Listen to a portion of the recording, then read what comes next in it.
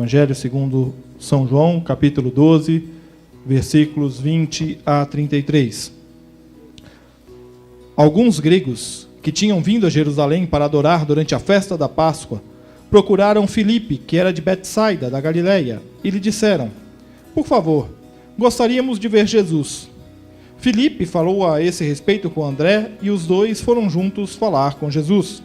Jesus respondeu: chegou a hora de o Filho do Homem ser glorificado. Eu lhes digo a verdade, se o grão de trigo não for plantado na terra e não morrer, ficará só. Sua morte, porém, produzirá muitos novos grãos. Quem ama sua vida neste mundo a perderá. Quem odeia sua vida neste mundo a conservará por toda a eternidade. Se alguém quer ser meu discípulo, siga-me, pois meus servos devem estar onde eu estou, e o Pai honrará quem me servir. Agora minha alma está angustiada. Acaso devo orar? Pai, salva-me desta hora? Mas foi exatamente por esse motivo que eu vim. Pai, glorifica teu nome. Então uma voz falou do céu: eu já glorifiquei meu nome e o farei novamente em breve. Quando a multidão ouviu a voz, alguns pensaram que era um trovão, enquanto outros afirmavam que um anjo havia falado com ele. Então Jesus lhe disse: a voz foi por causa de vocês, e não por minha causa. Chegou a hora de julgar o mundo. Agora o governante deste mundo será expulso, e quando eu for levantado da terra, atrairei todos a mim. Ele disse isso para indicar como morreria. São palavras do Senhor para nossa edificação. A igreja pode se assentar.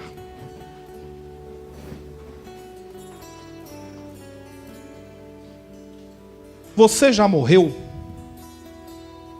Você não escutou errado, eu vou repetir a pergunta. Você já morreu?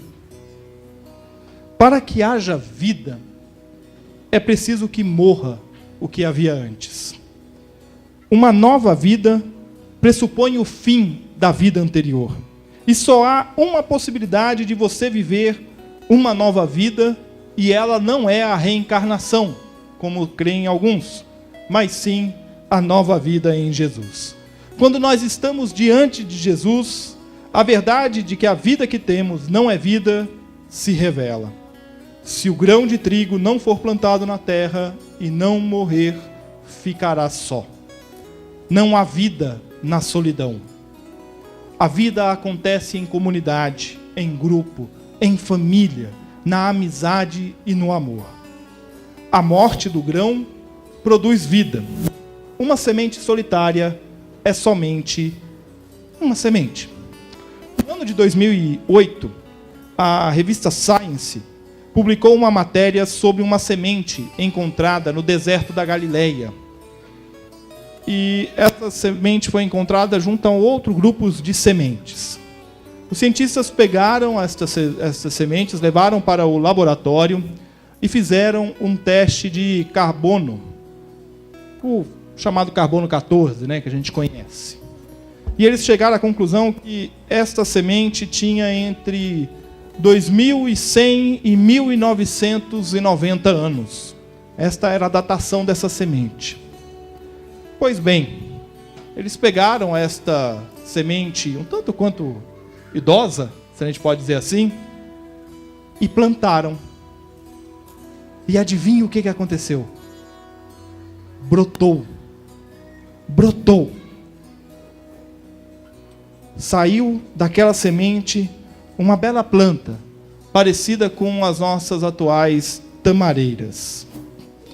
Em nosso texto, Jesus se encontra com um grupo de judeus, de gregos, que haviam pedido uma audiência com ele. Filipe, com a ajuda de André, levam os helênicos até o mestre. Ali, diante da vida em pessoa, Jesus, aquele grupo passa a ouvir como Deus é glorificado por meio da vida do Filho. E é olhando para este texto que nós lemos, que nós vamos ver como o amor ao mundo leva à morte, e como Jesus é a resposta para toda a condenação que há. Nós iniciamos esta série de mensagens falando sobre como nós somos unidos para a verdade. Semana passada falamos da união para a missão. E hoje nós vamos entender como nós somos unidos para a vida. O amor ao mundo levava à morte. Era a festa da Páscoa. Alguns gregos estavam na cidade de Jerusalém para as festividades, e sabendo da fama de Jesus, estes gregos resolvem encontrá-lo. Se achegam a Filipe, um dos discípulos de Jesus, cujo nome é de origem grega, e Filipe, com a ajuda de André, outro discípulo de nome de origem grega, levam os helênicos para se encontrar com Jesus. E Jesus está ali, de pé, junto com os demais discípulos, e ele olha para aqueles estrangeiros que estão ali e inicia o seu discurso. Chegou a hora de o Filho do Homem ser glorificado. E Jesus então passa a dizer da necessidade de o Filho do Homem ser entregue e como a glória de Deus se manifestaria. Era necessário que aqueles que ali estavam se posicionassem. Não se pode amar as duas vidas, há apenas uma vida verdadeira, e Jesus sabia bem disso. E olhando para cada um daqueles estrangeiros, aqueles helênicos, Jesus afirma: quem ama a sua vida neste mundo, a perderá. Jesus estava à véspera de seu martírio. E ele sabia disso. E diante de sua iminente morte e ressurreição, diante de tudo que ele haveria de passar, e ele sabia muito bem a intensidade e a importância do que ele haveria de passar, Jesus apresenta aos helênicos e aos discípulos o que é a vida com ele. O que é ser discípulo de Jesus. Não dá para amar a presente vida e ainda assim esperar amar a Deus. Os judeus do primeiro século almejavam um libertador, um salvador da pátria, que expulsaria o dominador e restauraria a glória estatal de Israel. O poder instituído, o reconhecimento social, o lugar de destaque em meio ao povo, tudo isso era o desejo da maioria daqueles que estavam ali. No entanto, Jesus não estava chamando um povo para ser unido como um partido, com um projeto político para uma nação, ou um movimento revolucionário com um projeto e uma ideologia definida, mas Jesus estava chamando aquele povo para ser unidos para a vida. E somente Jesus nos une para a vida. Os desejos dos discípulos, e também daqueles que estavam ali, os helênicos, era de uma glória presente diante deles. No entanto, o que Jesus revela não é uma glória temporal, presa a circunstâncias políticas e históricas, mas sim a glória eterna, que somente Deus é capaz de manifestar. A glória temporal cria divisões, visões diferentes de mundo e de sociedade, separa as pessoas. A glória temporal cria castas de pessoas. Vide os fariseus no século I, que se julgavam superiores por terem o respaldo do império para gerir a religiosidade. O amor ao mundo levava à morte. E em nossos dias não é diferente, o amor ao mundo também leva à morte. Na noite do dia 14 de março, na última quarta-feira, foi executada na cidade do Rio de Janeiro a vereadora Marielle Franco.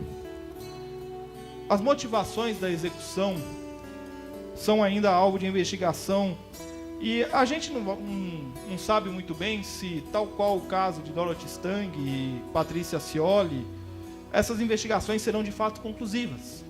Se vão revelar o que de fato aconteceu e motivou aquela execução. Mas não é na causa da execução que eu quero falar das reações populares. O amor ao mundo leva à morte. E a maior verdade disso nós vimos e ainda vemos em declarações desprovidas de amor e de empatia. Nem mesmo a forma da morte pôde ser capaz de causar uma reação de amor. Pessoas declaradamente cristãs atacavam o caráter da vítima, sem primeiro considerar que a vítima era uma mulher, mãe, de apenas 38 anos de idade. A minha idade. Nascemos no mesmo ano. E a gente sequer encontrou pessoas que se declaravam cristãs, capazes de olhar com empatia. Eu não quero saber da sua opinião política. Eu não quero saber da sua posição sobre os temas mais polêmicos da sociedade. E pouco me importava a condição dela. Pouco me importava a posição política dela, o partido ao qual ela era filiado. Ela foi executada. E apenas isso deveria ter causado, na totalidade dos cristãos, uma reação de amor. E, no entanto, pessoas que carregam o nome de Cristo reagiram com ódio. A cegueira ideológica mostrou quão morta está a nossa sociedade. Não dá para amar a presente vida e ainda assim esperar amar a Deus. Porque o amor a Deus nos leva a amar a eternidade. E por ela que esperamos e nos movemos no presente. O amor ao mundo leva à tomada de partido, à tomada de posições que nos afastam, nos dividem, nos colocam numa posição de juízes sobre os outros. E por conta de nossas ideologias políticas, nós estamos nos colocando como senhores da sociedade. Nós temos resposta para tudo, nós temos soluções para tudo, nós elegemos inimigos da nação como se o outro, em última análise, fosse uma marionete no cenário político e sua vida não significasse absolutamente nada.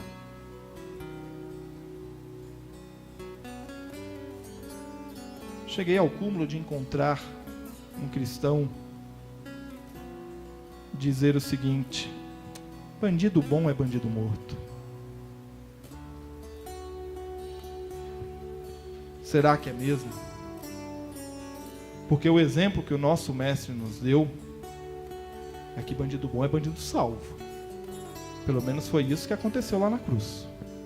Não é bandido morto, é bandido salvo. Será que o outro não tem vida? Nós reduzimos mesmo as nossas relações e o nosso amor ao próximo a um discurso ideológico? Será que é isso? Jesus nos une para a vida, mas nós insistimos em dividir, em separar, em afastar. Nós criamos em nossas mentes conceitos para nos dar segurança, num mundo que é tão difuso, num mundo que tem valores tão abertos, tão amplos, tão líquidos, que nós nos esquecemos da verdade fundamental de que nós somos chamados para proclamar o Evangelho. E isto não se dá espalhando ódio, mas sendo luz e sal na vida das pessoas. E isto inclui, e Jesus foi muito claro quanto a isso, meu irmão e minha irmã, isso inclui orar por aqueles que nos perseguem, amar os nossos inimigos, amar o próximo como a nós mesmos.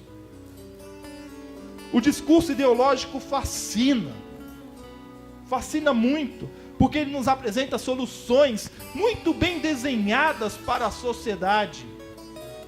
Você pode perguntar a um de esquerda, a um de direita, a um de centro, qualquer posicionamento político, ele vai te apresentar uma solução muito bem desenhada para a sociedade. O problema não é a esquerda, não é a direita.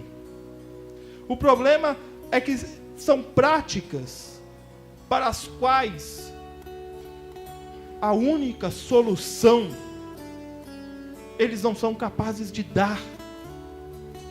Porque o problema da nossa sociedade não é a ideologia A ou a ideologia B. O problema da nossa sociedade é o problema da humanidade. É um problema estrutural que a Bíblia nos diz que só Jesus pode responder. O problema é o pecado. E a gente muitas vezes acha que porque está na igreja, este problema não nos atinge. Só que ele é parte da nossa natureza. Nós somos pecadores. E essa natureza só pode ser transformada quando entendemos que nós estamos mortos em nossos amores, às ideologias políticas e estilos de vida, e que a vida verdadeira nós só temos em Jesus. Nós precisamos entender a verdade que Jesus fala aos helênicos, de que o amor ao mundo nos leva à morte, nos separa, nos segrega. Jesus nos une para a vida. Ele é a resposta para a condenação, para a morte. Vamos voltar ao encontro de Jesus com os helênicos. E Jesus está ali, e ele, no meio daquele círculo, ele olha para aqueles helênicos, e ele continua a sua fala: quem odeia sua vida neste mundo a conservará por toda a eternidade. Os presentes começam a prestar atenção em Jesus, e ele continua: é preciso me seguir, onde eu estou, o Pai está. E essas palavras parecem não fazer sentido num primeiro momento, porque Jesus sabe que a sua hora se aproxima. E ele fita os presentes e revela a grande verdade: agora minha alma está angustiada. Tal afirmação, no entanto, não leva a Jesus a clamar por salvação para si, mas sim pela glória do Pai. Do céu então ecoa uma voz: eu já glorifiquei o meu nome e o farei novamente em breve. A multidão, assustada e confusa, não compreende tais palavras. Jesus então revela a sua missão: ele julgará o mundo, mas os seus, ele os atrairá. Jesus conhecia bem o desejo do coração da sua plateia. A solução que eles almejavam não era a solução que Jesus sabia que iria acontecer. Diz o texto: a voz foi por causa de vocês e não por minha causa. Deus já havia glorificado Jesus no quando do batismo: este é o meu filho amado. Nos ensinos de Jesus, nos milagres, no dia a dia com os discípulos, nas exortações, Jesus era a expressão da glória de Deus presente diante deles. E Jesus tinha consciência disso. E os demais presentes não se deram conta naquele momento.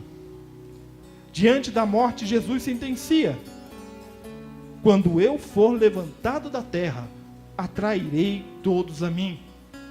Ele é a resposta para a condenação que o amor ao mundo nos lega. Jesus nos une para a vida. Deus, ao ser glorificado em Jesus,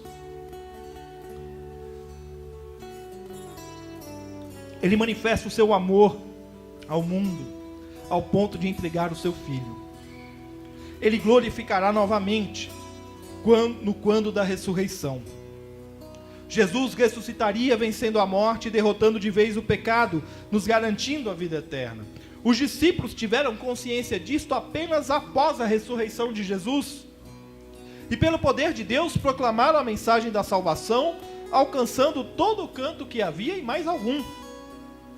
Instrumentos nas mãos de Deus, os discípulos fazem morrer o grão para que haja novos grãos, frutos dignos de honra para o Senhor.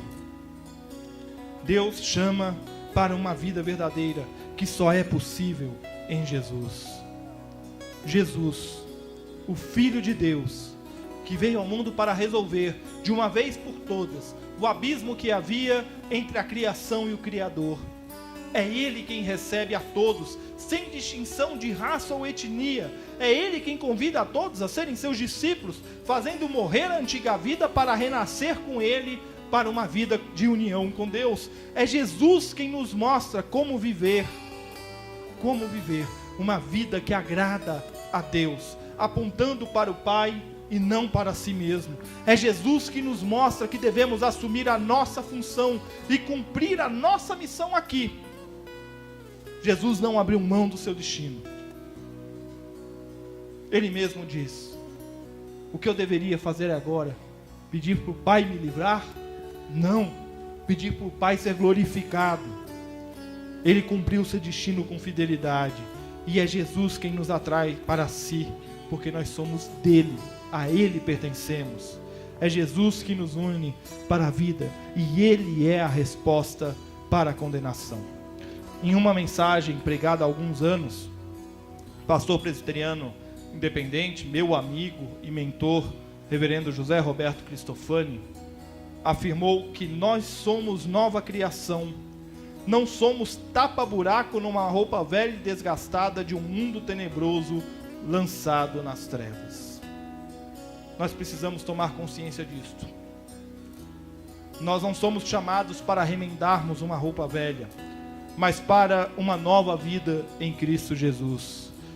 E isto implica em lançarmos fora a velha calça rasgada e a camisa desbotada das ideologias e sistemas de vida que nos vendem e nos ensinam como sendo a verdade possível de salvar a humanidade do caos.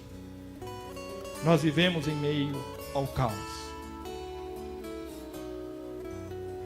E o que eu gosto do caos, o que eu gosto no caos, é que Deus cria a partir do caos.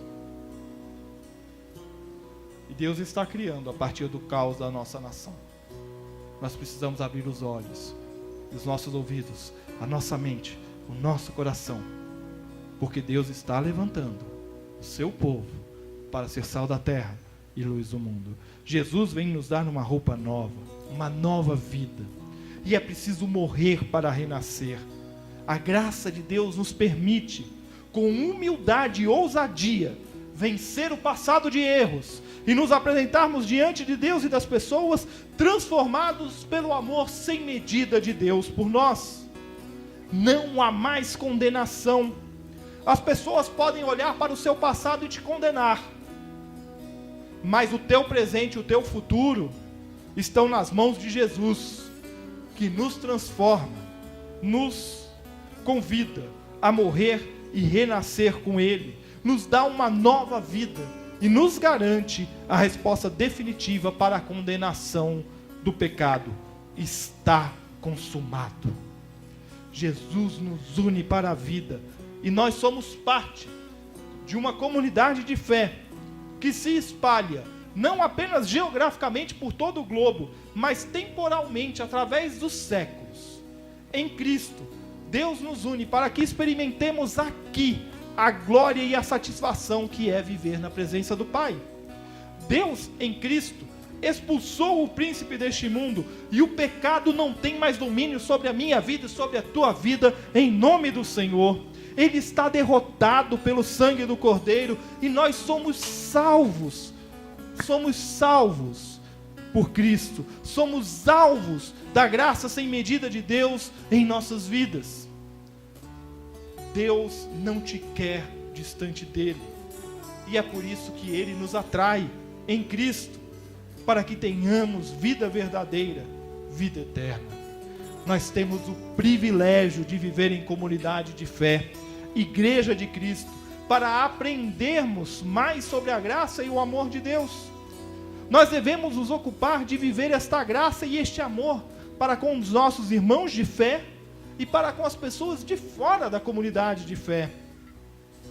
Você não deve se preocupar com coisa alguma, mas deve viver a sua nova vida, e é aqui, na igreja, que Deus te convida a aprender como viver esta nova vida, servindo ao Senhor da igreja e ao nosso próximo. Servir é a vida do cristão, e Jesus nos une para a vida. Concluindo, Jesus nos une para a vida. Essa incontestável verdade se manifesta na afirmação categórica de Jesus aos helênicos: quem ama a sua vida neste mundo a perderá, quem odeia a sua vida neste mundo a conservará por toda a eternidade. Se alguém quer ser meu discípulo, siga-me, pois meus servos devem estar onde eu estou, e o Pai honrará quem me servir. Eu acho fantástico este versículo. Se alguém quer ser meu discípulo, siga-me, pois meus servos devem estar onde eu estou. O chamado é individual. Se alguém quer ser meu discípulo, siga-me. Mas a jornada é coletiva. Os meus servos. Você não caminha sozinho.